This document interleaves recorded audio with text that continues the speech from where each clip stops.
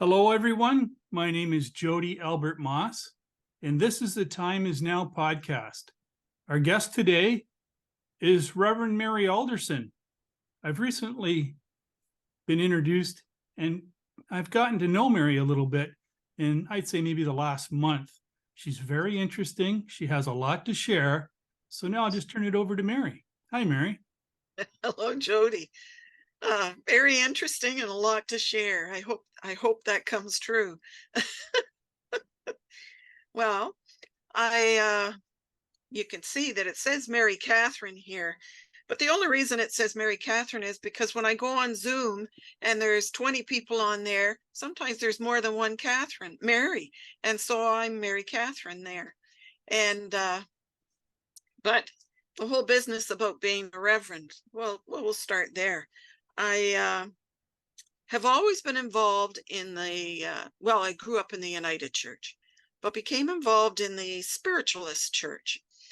And that was around 1992 or so, and started sitting in classes there, and development classes is what we would call them, to open the door to the spirit realm, to become more psychic, to open up your intuitive abilities that we all have.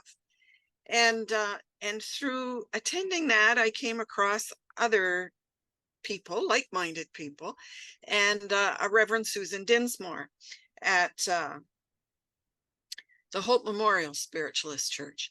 And she was very active in the church, but became ill, and she was performing weddings, and she needed some help with that, just in case she was ill and couldn't be at a wedding. So would I go through and become a minister? So sure, I was helping out in the church anyway, but so my studies were at the Bancroft Center for Awakening Spiritual Growth. And they're located in Bancroft, obviously, just not too far from Peterborough. And it was all done on, wasn't Zoom. Zoom didn't exist then. It must have been Skype we were using. And so the classes were all done in that way. And you only had to go there to actually do a wedding service and a mock wedding service and a mock funeral. And so that's the only time I had to go there. And then for my ordination, that opened the door to wanting more information about metaphysics, because that's what the Bancroft Center for Awakening Spiritual Growth is all about, is metaphysics and understanding everything that's out there that we have access to through our own minds, our higher self. And so then I signed up with the University of Sedona, and it's a metaphysical university. And so I've worked through there with a bachelor's in metaphysics, and now I should be working very diligently on a master's, but I have to tell you that it just sits on the back burner, and it just, what I want to do just won't come forward for me to see yet. So, and that takes me to meditation, spending time in meditation, so that you make those connections, and then it becomes clearer what it is that your path or your focus should be. But so that's where I am in the education setting. The other thing I'll tell you is that I took hypnosis, so I can do hypnosis as well. And that's how I met an individual by the name of Les Such too, because he does hypnosis, and he also, I met him in the Spiritualist Church first. And so we've grown with our relationship there. And because I've mentioned Les now, I will mention that we have Jody here, who's an exceptional dowser, isn't he? Everybody knows Very that, kind. don't they? Everybody knows that. No. And so there has been nothing going on because of COVID. And so Les was really anxious to get something going again with dowsing, just like I was anxious to get the Brantford Spiritualist Church going again. And so that's where we are holding some meetings now at the Brantford Spiritualist Church. It's on 80 Cayuga Street, if anyone wants to come. And it's the third Wednesday of the month at 7 o'clock.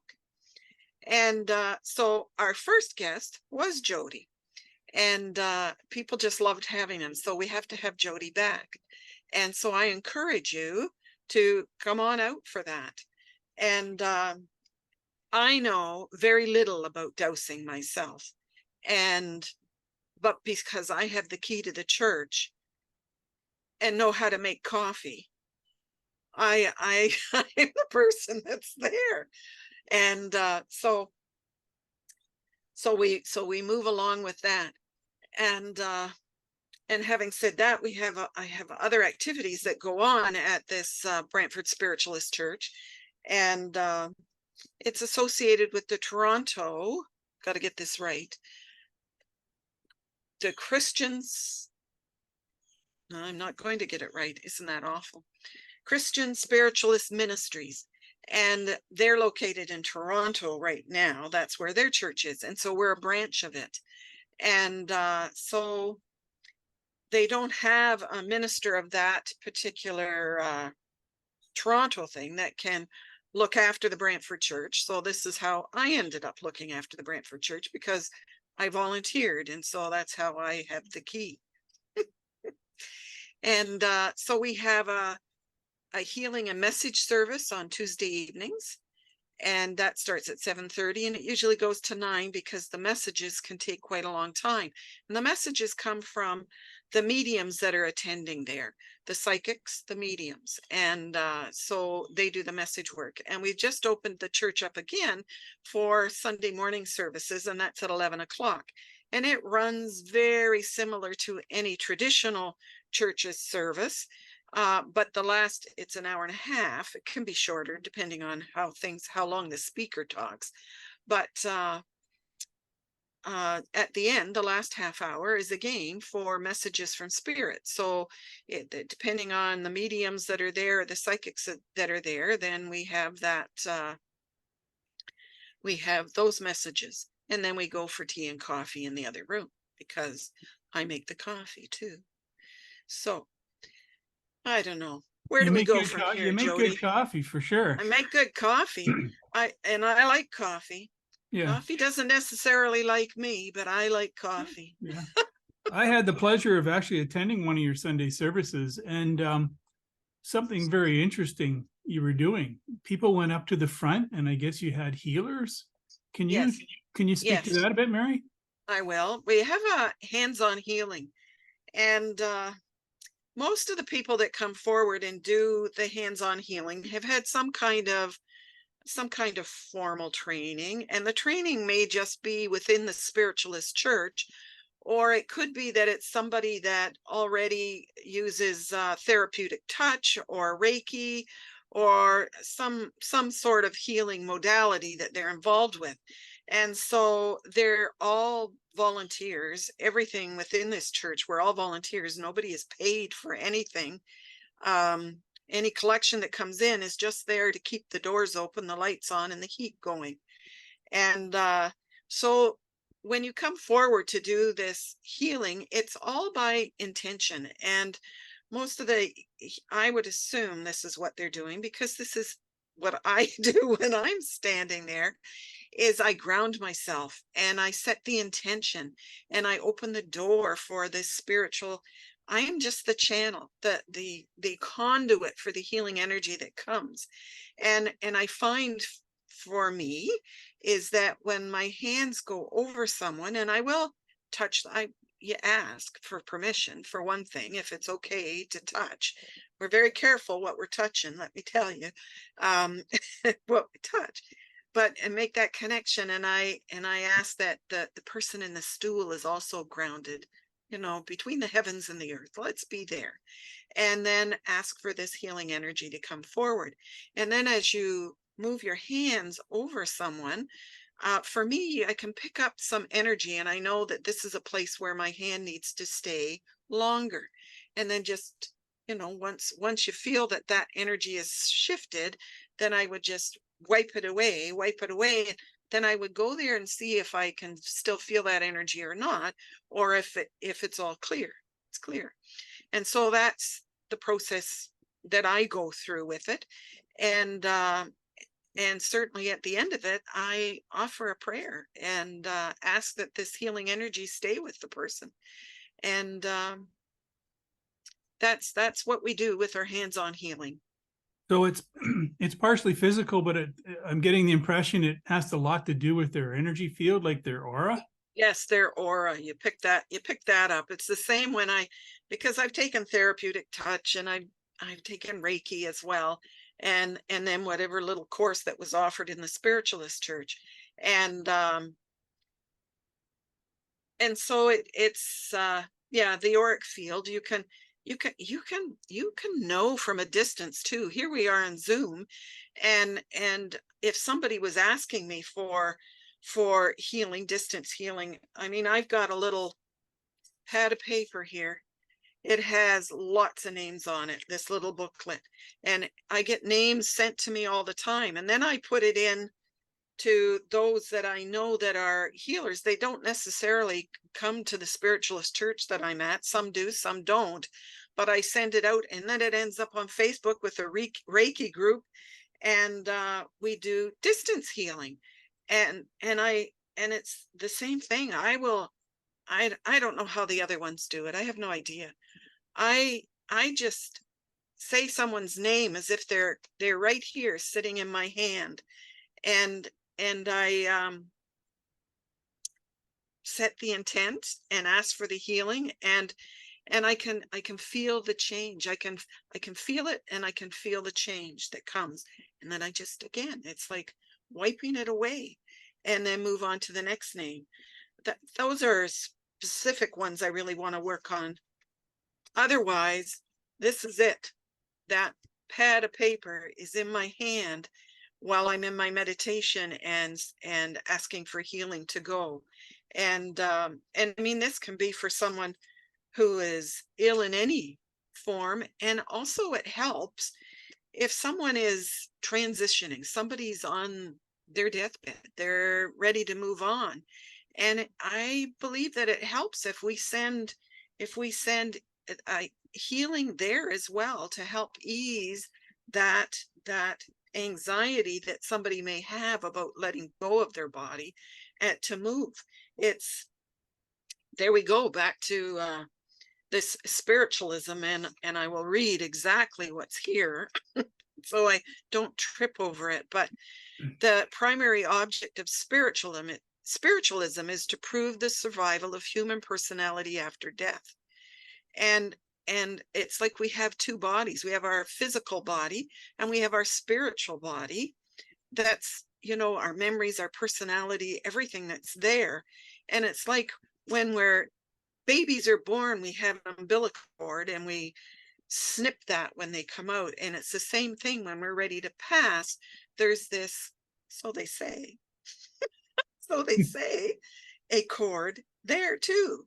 And so when we're ready to pass and we move out of our head, that cord is severed as well. And so we're released from our physical body. And where does it go? Ashes to ashes, dust to dust. It just goes back. But our spirit, we and me that's speaking now, I am confident that I continue.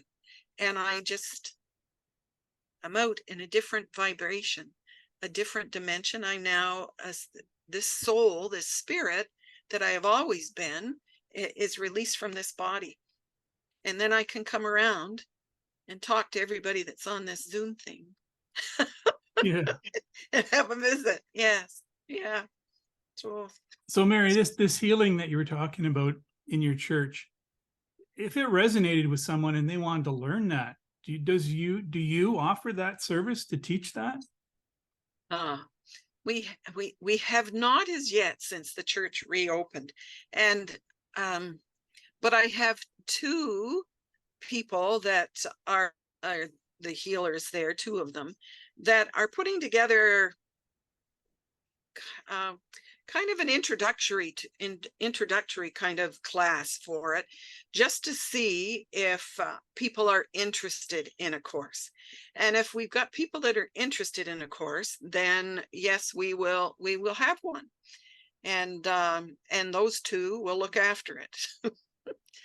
I'm trying to let some things go to other people. I would like, because they have expertise in things, and I don't need to do it all.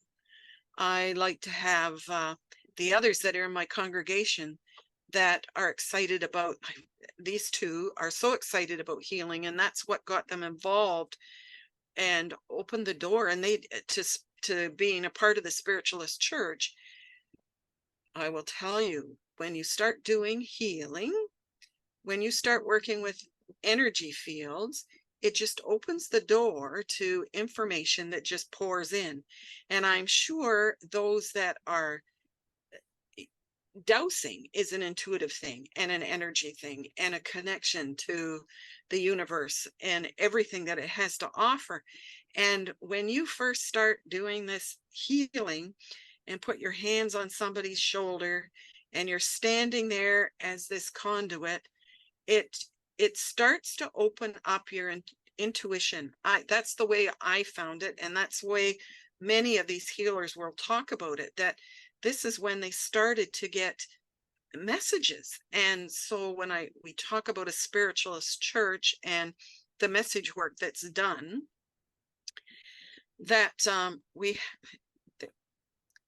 it's more, it's hard to say, it's probably more psychic information that we're picking up to start, and then it moves on to you feel somebody there, and then you get this impression that it's somebody's mother, and so then you start getting some evidence of this person, so that the person you're giving the message to, yes, that is my mom. She was always in the kitchen.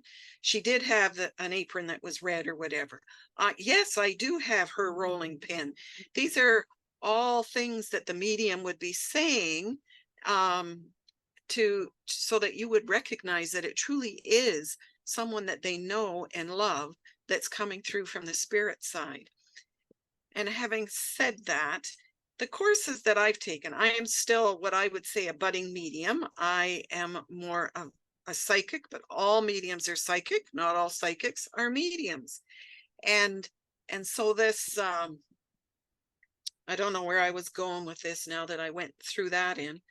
Oh dear. See, this is what Jody was talking. I'm a firm believer that we learn through practice and process. That's where we gain our experience and our confidence. I've made videos about this. People, they just keep taking courses over and over and never practice, never apply it in their life. Yes. The more we apply, the more we realize it's all around us anyways, you know? Yes. So, yeah, that's why I asked if you were going to teach that, because I know there's a huge demand for healing of any kind in the days we're in now. And if you think back, you know, a mother, if their child gets hurt at any age, even me, if I got hurt now and my mom was here, what would be the first thing she'd do? Put her hands on, right? Yes. So this is in all of us. It is. They put their hands on you, or you kiss the boo-boo. Yeah. And yeah, everything's good. The energy's there. Yes. Yep. I can remember mustard plasters going on me. Yeah. I don't think anybody uses that anymore. And it probably works just fine. Sure it does. Sure it does. The other thing you mentioned when I was at the service, I think there was like 7 points of the Spiritualist Church. Yes. You know Principles. Principles. Hey, yeah. I've got a book here with them in. Okay, good. Perfect. Our hymn book, so it's right inside. And there's a great long, there's the old Spiritualist Principles. This is a little shorter version. And so there are 7, and we would say we believe in the fatherhood of God, the brotherhood of man, the immortality of the soul and its personal characteristics. And that's what I was talking about. Our spirit leaves and it continues. We're immortal. Communion between departed human spirits and mortals. And that's our message work with the mediums. Personal responsibility. And and we all should be responsible for our own actions. And so that's a big one. Compensation and retribution for all the good and evil deeds done here, and a path of eternal progress open to every soul. So when I say compensation and retribution for all the good and evil deeds done here, I'm sure we've all done somebody some wrong at some point in our lives, and I'm sure we've done some wonderful things in our lives too. And which takes me to reincarnation as well.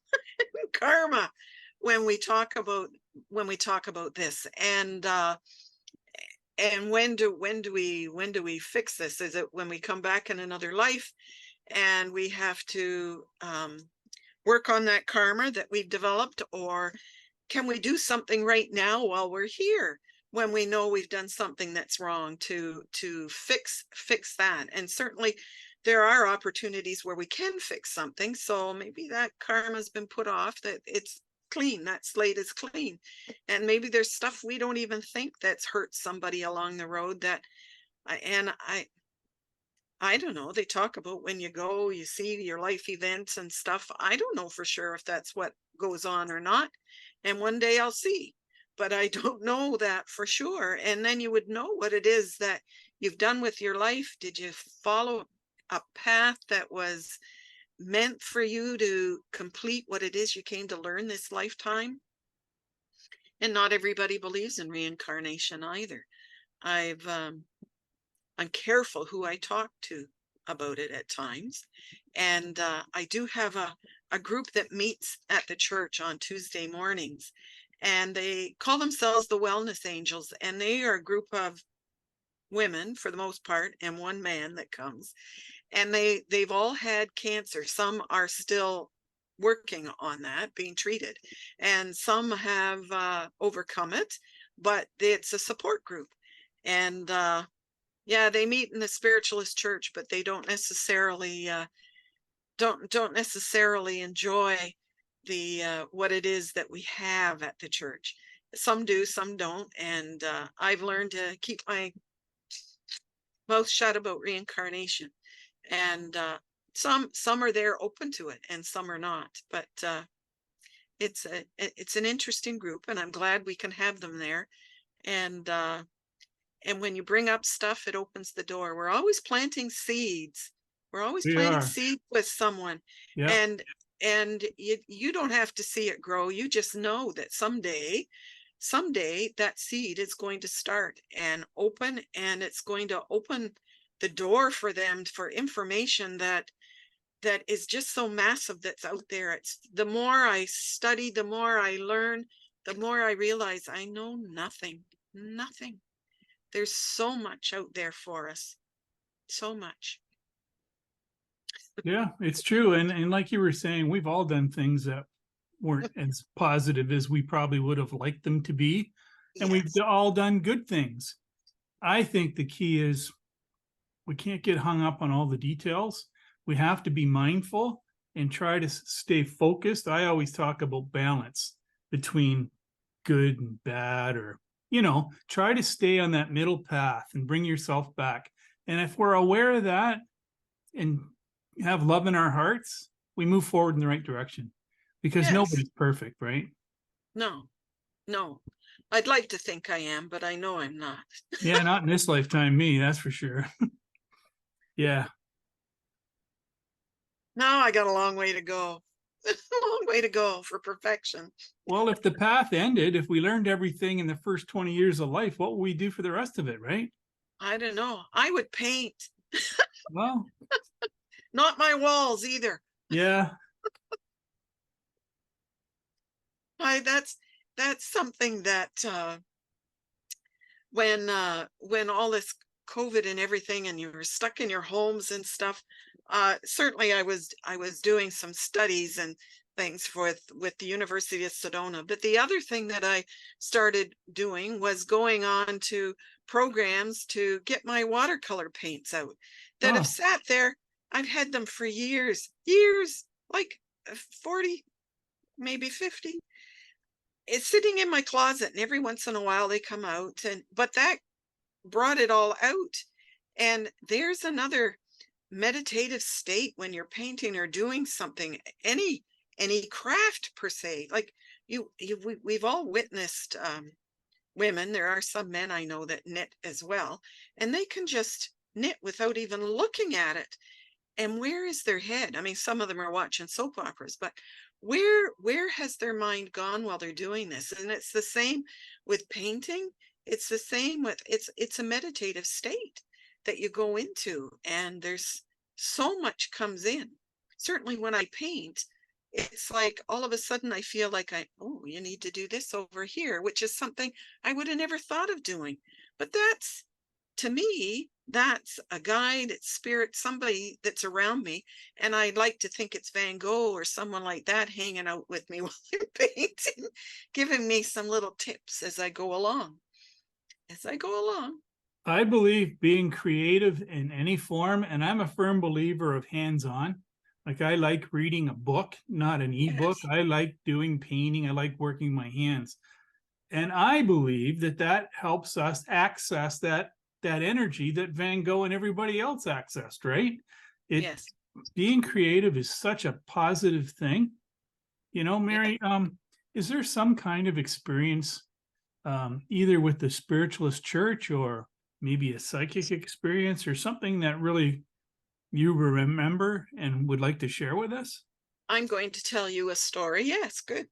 I'm going to tell you a story about me driving home one evening. I've worked as a registered nurse in corrections for most of my career. I started working in Hamilton Psychiatric Hospital, and then went down to the Hamilton jail because there were no night shifts, and my kids were young. And there was one particular evening that I was coming home, and I will tell you, this is before I got involved with the spiritualist church. I went to the United Church. This is what I did. But I'm coming home, and it's a night where there's been lots of snow recently, and it's all shoveled. It's high in the ditches, lots of snow. But that night I'm going up the Hamilton Mountain. Now there may be some people watching this that imagine some huge mountain, but the Hamilton Mountain is not huge, but we call it that. And I'm driving up it, and I'm going slow because I knew that the road was icy, and I'm annoying people behind me, I'm sure, but whatever. And I'm going up this hill, and I reach the top, and I'm past Mohawk. I'm just past Mohawk Road overpass, and my car starts to slide in this ice, and I can't get it to straighten out. And this is what I do. And I don't think I should recommend it, but it worked for me. I took my hands off the wheel, the steering wheel, and I said a prayer. I said, dear Lord, just put me in the ditch safely. And my car spun, and it spun, and then it slid backwards right into the ditch, into all of this nice soft snow that had been dumped in there that day.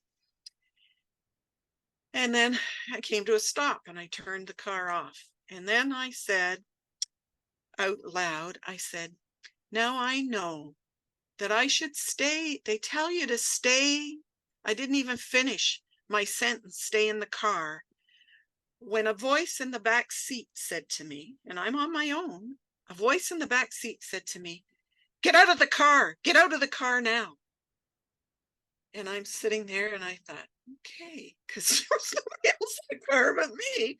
I got my bag, and I got out of the car, and I walked back to Mohawk Road, and the third house was a little old lady that opened the door, and she had a big German Shepherd with me, but she let me use her phone. I called the CAA, and I called my husband, and so my husband was going to come. My dad came over to look after the kids. And so the CAA comes to get me. So I'm in their truck and we're going back to get the car. I just need it pulled out. And so the driver says to me, "Hey lady, you told me your car was blue." And I says, "It is blue." And when we got up to where it was, there was a red car right on top that had crushed the whole front windows of the car in. So if I'd stayed in my car, I would have been crushed. And I would not be speaking to Jody today or to Wow. anyone else. And that was my first experience, because I feel that I had an angel speak to me. Wow. So another car hit your car while you weren't in it. That's right. And so then the police come up to me and they say, "Hey lady, are you the woman that are in that car, that the blue car?" And I said, "Yes." And so they were relieved, because they were going up and down the road looking for me, thinking, because Oh, they knew I wasn't in the car, wow. looking for, thinking I was out lying in the ditch somewhere. And the man that had landed on top of my car had already been taken away by an ambulance. And then, of course, my husband drives up, and I said to the the man driving the tow truck, I says, "Oh, is he mad?" Because there I am, the car is destroyed, but he was just grateful that I was okay. But that was my first experience. I mean, I always believed that, I always believed that our prayers were answered. They aren't necessarily answered the way we expect or as soon as we would like, but everything is in divine order. And that was my introduction to that. Truly, uh there is something else out there. That wasn't just my higher self saying this, because that voice came from the back seat of my car. And so I ask for angels to be with me every time I'm in my car. I say a little prayer. I ask for that. And so I really truly feel that when we ask for protection, protection is what's given. I think we have angels all around us just waiting for us to ask them to do something, because we have free will. I gave it up, didn't I? I gave up my will and I said, "Just put me in the ditch." And they did. They looked after me. So I really feel when we give up that free will and ask for the help that we need, that the help does come in some shape or form, whether it's an angel or an angel pushing Jody to come and do something for me. Whatever I've asked for, I truly believe is there's going to be a response that in my perspective is positive and moves me forward. And with whatever my path is, I feel divinely guided. I truly do. I believe it as well. They say we only see a little bit of what's all around us. Oh, So there's energies and beings and all around us, and they just want, from what I've experienced in my life, they want to know that you're serious and you're going to ask. They can't just show up, but by yes, your lifestyle and by you praying and by you asking, and you hit a good point there too, that we can't always determine what form that help will come in. yes, I've talked to many people, and they'll pray, but they put conditions on that, right? yes, You yes. can't, you have to be receptive. And when Mhm. you embrace that and make it part of your life, what they call miracles happen every day. They do. They do. And um there was one aspect when you say you don't know where the help will come, don't put conditions on it. Part of it to me is then when we just ask and we leave it there and we let the spirit realm or the universe look after it, it gives somebody else the opportunity for their spiritual growth. If somebody gets that nudge that they need to do something, for Mary, I'll say that I just feel like I should be calling up Mary or asking if there's something I can do to help her. That gives them the opportunity to do something to increase their spiritual growth, to move them down a path. And so you're right, and we can't place conditions on it, because then we're limiting what can happen. And we want to know that we are limitless. We are limitless. And that's hard to get your head around and understand. Meditation gets us out of our linear mind because that's Yes, not where we want to be. We want to live, yes, we want to live the way we were meant to live before we were educated, before we went through. I mean, we have to do things to exist in this world, But Yes. boy, oh boy, if you meditate and you empty your mind and you're receptive to everything that's around us, it's a great way. Just last week in my meditation, I sit in a development class at the Spiritualist Society of Burlington, another great spiritualist church. And we're in our meditation, and I have the best meditations there. I have to tell you that they're the best ones I've ever had. And last week, I knew that there was a Pope with me. And I saw, I think there had a mitre hat or whatever, and it had this cross on it and everything. So, and I knew, and he was sitting beside me and he was showing me things. And I said, I don't want you to be showing me things like that. I just want to sit in your energy. I just want to feel the energy. And then I saw this bright white golden light ahead. This is all in your head, ahead of me. And I'm thinking, oh, I'm supposed to go there. And I remember turning in my mind's eye, I'm looking back at this energy, this Pope, and looking at him like, is it okay? And yeah, so I moved forward and I went into this golden light, and it was like my hair was standing on end. I was sure that my hair must be just up like this everywhere, the energy that I was standing in. And it was beautiful. It's making me emotional just to remember it. And then it was gone. Then it was gone. But to just stand in there, and it was probably just seconds I was there, but it was beautiful to stand there. And so I'm really looking forward. This is Thursday, isn't it? For tonight, for the meditation tonight, to see if this Pope shows up again and takes me there. And it's just amazing the things that happen in your meditation once you can get rid of your monkey mind, they call it, or whatever, what gets in the way there. But yeah, it's exciting. It's exciting, and it opens the doors. It opens the doors to so much more. I know we're on Zoom now and it works because it gets us out and gets our information out so we can share it. But I really like being in front of real people, Yes. Going to Yes. a church service, going to a meditation support group kind of thing, because then we get, as people, and we know nothing's solid. So the house isn't solid, the trees aren't, we're all blending energies. So I like to be around real people and blend energies, and it's a total different experience. It is a total different experience. And the more you sit with the same people too, the greater that energy or connection becomes. And I think part of it is you get comfortable with the same group all the time, and you know that you're safe with them, and anything that you're going to say or whatever stays with them too. It's like you go to Vegas, everything that happens in Vegas stays in Vegas. Yeah. That kind of thing. You have that comfort level with the group that you're sitting with all the time.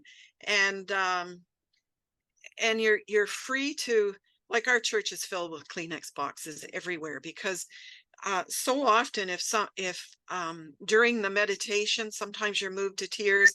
Sometimes the message that you're receiving from the medium moves you to tears. It's so healing at times. It's so healing to let that emotion go. And it's yeah, the in-person is much better. Zoom works, but in person is so much better. I am so grateful that we're able to all meet together again in an actual room together. It's wonderful. Mary, do you want to share again about any upcoming events? I know I've committed to a session you're providing at your church. Let us know what's going on. Well, let's start with the dowsing. I have the dowsing is going to be every third Wednesday at the Brantford Spiritualist Church, and that's at 80 Cayuga Street in Brantford, and it's at 7:00. And our hope is to have a different speaker each of these Wednesdays, bringing forth one aspect of dowsing, because there's a lot out there. So I understand. I'll be there to learn. And so that's happening. We have we do have the Tuesday evening service, and it's at 7:30, and it encompasses a meditation, a healing meditation, and then hands-on healing at the front. And then there's message work from the mediums and psychics that are there. So it usually lasts an hour and a half. And then we're open on Sundays at 11 o'clock. I almost said 7. You'll have to wait a long time for me to get there at 11 o'clock. And it's run like a usual Protestant service, I will say, except for the last half hour is messages from spirit. And there's also the healing aspect, the hands-on healing aspect involved in there. And then we are having a development class. So this development class, we're limited to how many we can have, and it's now closed. I've got the right amount, more than was expected in the group. And the development class is with Victor Abbott. And Victor Abbott is a medium that has worked in a community called Lilydale that's in New York, Lilydale, New York. And it is a spiritualist community. And it's been there for many, many years. And the energy there is incredible if you are there. And all the houses that are there are just all clapboard. I don't think you're allowed to light a candle in this place, because it would, if a candle went off, if something burned, the whole place would burn down. But it's a fascinating place filled with mediums and psychics. And Victor used to do work there. They're open in the summer months. I think they open up in June or whatever and close in September sometime. There's still people live down there all year round, but that's Victor's background. And so he is facilitating the development class. Again, I have the key. I have the key to get him in the door. But and for this particular class, just to start with, there'll always be a meditation. And then there'll be teaching. He will teach. And part of the teaching will be what's the difference between a psychic and a medium. And one of the things he's asked for this one, which is interesting, is to bring a picture of someone that either is still on this earth plane or someone that is passed. And then the group will, I guess, will exchange different pictures, and then we'll put our hands on it, look on it, and make our connection and see if we can determine whether this person is passed or if this person is still on the earth plane. So this is developing your psychic skills. And so there's 4 classes this time. And and I'm sure that there'll be more classes as we move along, but this is just the beginning. And I am excited that that Victor's willing to do this. We were just sitting there at a meditation.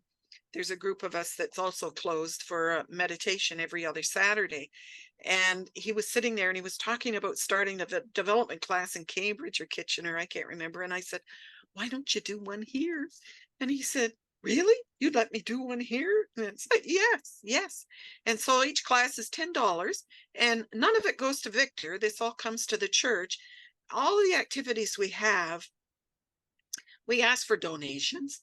And the donations are what keeps the lights on and the heat on and the doors to our church and the ability to do what it is that we do. And what we do is encourage spiritual growth, your spiritual growth and your connection to this universe that has so much to offer us.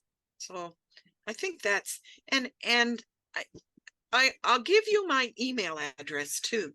It's pretty easy. It's Mary Alderson, ALDERSON 54 @gmail.com.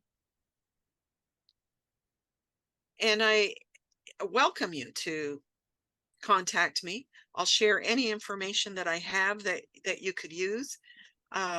If you are interested in, see, I went to the Bancroft Center for Spiritual Growth to become a minister. Now, most of them that go there take it just because they want to do weddings. And that was not my primary goal. Yes, I can do weddings, but for me, I need to be in the church all the time doing something. And I do have a funeral to do tomorrow. which is a rare occurrence too. I've only had one. I have one wedding to do this year, and it's next weekend. And but I've had more funerals than I have had of weddings. But to me, people do it, the weddings, because that's how they have an income. And fortunately for me, I have a pension. So anything else that comes in is a bonus. And and I'm happy. Wonderful. We're coming up on our time, Mary. So again, that's Mary Alderson, MaryAlderson 54 @gmail.com. I will put that in the post when this goes up. You'll be able to find it across many social platforms. And I encourage everyone to really contact Mary. She's a very kind person. Her energy is wonderful. And if you can get to the church, go to the church for a service or take one of their courses they're going to be offering, right, Mary? Yes. Good. We also, one of the things I forgot to mention too is that we have a spiritual reading day or a psychic tea. And we just had one last week. And for us, it was wonderful. They're like $25 and you have 20 minutes with a medium. And it's a short little message or whatever, time with the medium, but that you get to meet different mediums, and maybe you want a longer reading with somebody, and that's good too. They all come with their cards and stuff. But we will be doing that again in April sometime. I don't have a date just yet, but it will be on. I started a Facebook page for the church, and it's Brantford Spiritualist Church. That's what it is. And so there'll be information on there occasionally when we have events that are open for everybody. But certainly our services are on Tuesday and Sunday. Everybody's welcome. Wonderful. Any last words? Any last words, Mary? Or we're going to sign up. Okay, here we go. No, thank you. Thank you, Mary. My guest has been Reverend Mary Alderson. You've been listening to the Time Is Now podcast. Thank you, everyone, for joining us, and we look forward to sharing more in the future.